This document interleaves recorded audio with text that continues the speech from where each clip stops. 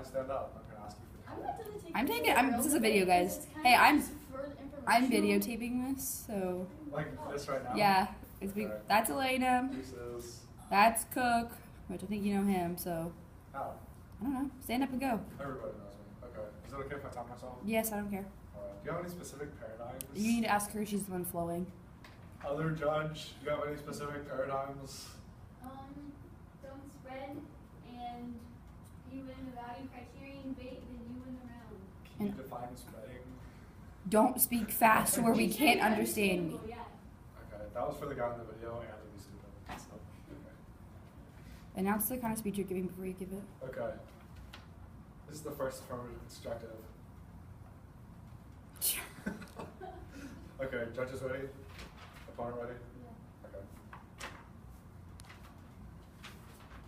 Historically, privacy was almost implicit because it was hard to find and gather information. But in the digital world, whether it's digital cameras or satellites, or just what you click on, we need to have more explicit rules, not just for governments, but for private companies, Bill Gates. Because I agree with this quote, I must affirm the resolution, the right to be forgotten from internet searches ought to be a civil right. Before I continue, allow me to define a few terms. Civil rights, the rights of citizens to political and social freedom and equality, as defined by the Duhan Law Organization, the right to be forgotten, a right to request that personal information be deleted from some second party's electronic or paper records or databases. The right to be forgotten, proposes Andrei Grigori, is intended to cope with privacy risks online by empowering individuals to control their own identity in the online environment. Thus, if an individual no longer wants his or her personal data to be processed or stored by a controller, and if there is no legitimate reason for keeping it, the data should be removed from their system. The right to be forgotten is an amorphous privilege that would allow individuals more control over their personal information, particularly that information collected and connected with new technology. So, as per the resolution, the affirmative is only arguing that the right to request information be deleted be a civil right. Seeing as that is so, any arguments made against the deletion of ambiguous or arbitrary information are non-topical and have no effect on the affirmative case. As this resolution questions the balancing of individual rights in a free society, the proper value for this debate is the right to privacy. The right to privacy is not directly mentioned in the Constitution, but the Supreme Court has interpreted several of the amendments as creating this right. One of the amendments is the Fourth Amendment, which stops the police and other government agents from searching us or our property without probable cause to believe that we have committed a crime. Other amendments to protect our freedom, to make certain decisions about our bodies and our private lives without interference from the government. The Due Process Clause of the 14th Amendment generally protects privacy of family, marriage, motherhood, procreation, and child rearing. So by this, the right to privacy encompasses many of our rights, and the right to be forgotten further protects these rights. With this, we see that the right to privacy actually encompasses the protection of all our negative rights, ensuring justice and personal autonomy. And the standard we should use in this debate to measure individual rights is protecting individual rights. This makes sense because if individuals are not able to construct and thus own their identities, then they would be owned by those who would not only construct but destruct and misuse their identities, putting aside their natural or civil rights. And thus, through my value criterion alone, I ensure morality, justice, liberty, and all other natural and civil rights. My first contention is that the right to be forgotten not only protects our other rights, but the idea of the right to be forgotten balances and is completely in sync with our other rights. Hastings Law Journal, November 20th, 2012. The First Amendment not only grants internet users a right to speak, but also the right not to speak. The right to speak and the right to refrain from speaking are complementary components of the broader concept of individual freedom of mind. As such, a circumscribed version of the right to be forgotten, a right to delete voluntarily submitted data, would not offend the First Amendment.